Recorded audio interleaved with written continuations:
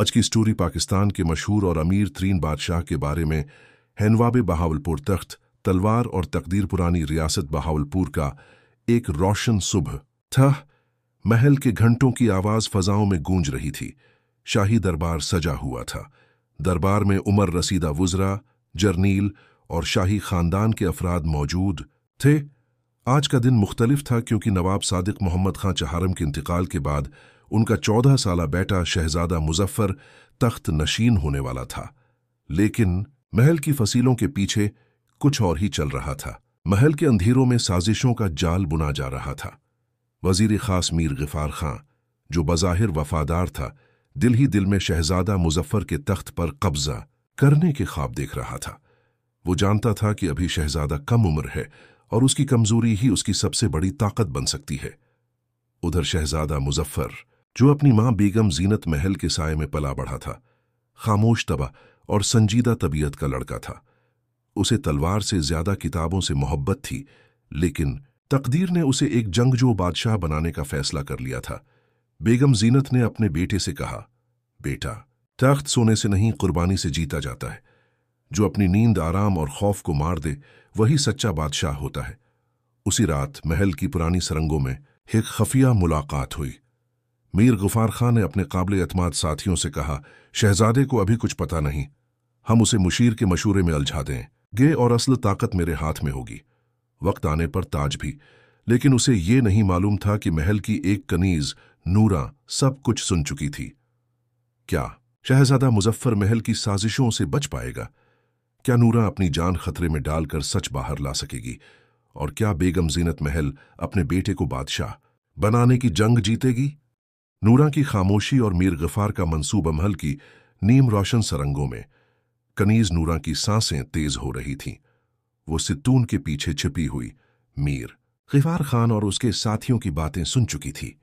अगर ये बात नवाब बेगम तक पहुंची तो सब कुछ खत्म हो जाएगा। मीर ग़िफ़ार का चेहरा गुस्से से लाल हो रहा था। नूरा दिल ही दिल में दुआ मांगती हुई सुरंग से बाहर निकली और अपने कमरे की तरफ भागी। वो जानती थी कि अगर किसी को एतबार के साथ ये राज दिया जा सकता है तो वो सिर्फ बेगम जीनत है। दूसरी तरफ शहजादा मुजफ्फर सुबह के दरबार की तैयारी कर रहा था। उसके लिबास पर जरी का काम हो रहा था और महल कैश खादिम शाही पगड़ी के लिए सोने की कीलें लगा रहे थे। लेकिन उसका चेहरा परेशान था। उसने अपनी मां से पूछा, मां, ये तख्त मेरे लिए है या मेरे खिलाफ एक इम्तिहान? बेगम जीनत ने मुस्कुराकर कहा, बेटा, तख्त न किसी का दोस्त होता है न दुश्मन, बस जिसके सर पर होता है वही उसका कैदी होता है। उसी लम्हे दरवाजा खुला और नूरा अंदर दाखिल हुई, हानिपती कानिपती, आंखों में खौफ और दिल में सच। बेगम साहबा, मुझे एक अहम बात करनी है, अकेले में। बेगम जीनत ने सबको बाहर भेजा और नूरा से पूछा, क्या हुआ? नूरा ने आहिस्ता से सब कुछ बताया। मीर ग़िफ़ार की सरंग में होने वाली मुलाकात, उसका मंसूबा और उसका इरादा कि शहजादे को तख्त से हटाकर खुद इक़्तिदार संभाले। बेगम ज़ीनत ने नहायत खामोशी से सुना और फिर अपनी आंखों में एक चमक के साथ बोले, तो गुदारों ने साजिश शुरू कर दी है। बहुत खूब, अब हम खेल उनके उसूलों पर नहीं, अपने तरीके से खेलेंगे। उसी रात बेगम ज़ीनत ने एक खफिया खत नवाब के वफादार जर्नील सरदार हैदर अली को भेजा, जो दौड़ दराज किले में तैनात था। खत में सिर्फ एक जुमला लिखा था, वक्त आ गया है, बहावलपुर को एक बार फिर तलवार की जरूरत है। क्या सरदार हैदर अली वक्त पर पहुंच पाएगा? क्या बेगम ज़ैनत और नूरा मिलकर मीर ग़िफ़ार के मंसूबे को रोक सकेंगी? और क्या शहजादा मुजफ्फर अपने अंदर का बादशाह जगा सकेगा? खौन का पैगाम और वफादारी का इम्तिहान। रात का सन्नाटा महल की दीवारों पर साए रक़स कर रहे थे। बेगम ज़ीनत के खफिया कासिद ने तेज घोड़े पर सवार होकर किला दिलोरगढ़ का रख किया, जहां वफादार जर्नील सरदार हैदर अली अपने फौजी दस्ते के साथ तैनात था। अधर मीर ग़िफ़ार खां अपनी कामयाबी के ख्वाब बुन रहा था। उसने शाही दरबार में शहजादे को मुशीरान की आड़ में काबू में रखने का मंसूबा बनाया। हर कदम पर वो ऐसी चालें बिछा रहा था जिनसे मुजफ्फर बेबस महसूस करे। शहजादा मुजफ्फर को भी महल की बदली हुई फजा महसूस हो रही थी। हर नजरें उस पर सवाल उठा रही थीं और हर मशूरा उसे कमजोर बनाने के लिए दिया जा रहा था।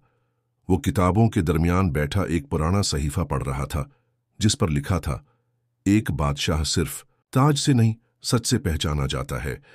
उसी दौरान महल के दरवाजे पर एक सवार नमूदार हुआ, गरद आलूद लेकिन आंखों में वफा की चमक। वो सरदार हैदर अली था। बेगम साहबा का पैगाम मिला। अब बहावलपुर की तलवार बीदार हो चुकी है। उसने गर्जदार आवाज में कहा। बेगम जीनत ने उसे अंदर बुलाया। नूरा भी मौजूद थी। हैदर अली को देखकर उसने कहा, हमें जल्द कुछ करना होगा। मीर गिफार शहजादे को एक ऐसे मुआहदे पर दस्तखत करवाने की तैयारी में है जो असल इक़्तिदार उसके हाथ में दे देगा। हैदर अली ने अपनी कमर से एक छोटा खिंजर निकाला और बेगम जीनत के सामने रख दिया। अगर उसने रियासत से गद्दारी की तो ये खिंजर मेरी वफादारी का वादा है। अब सबकी नजरें नूरा पर थीं, जो साजिशों के हर कोने को जानती थी। मुझे मीर गिफार के कमरे में एक और राज का इल्म हुआ है। उसके पास एक जाली फरमान है जिस पर शहजादे के जाली दस्तखत मौजूद हैं।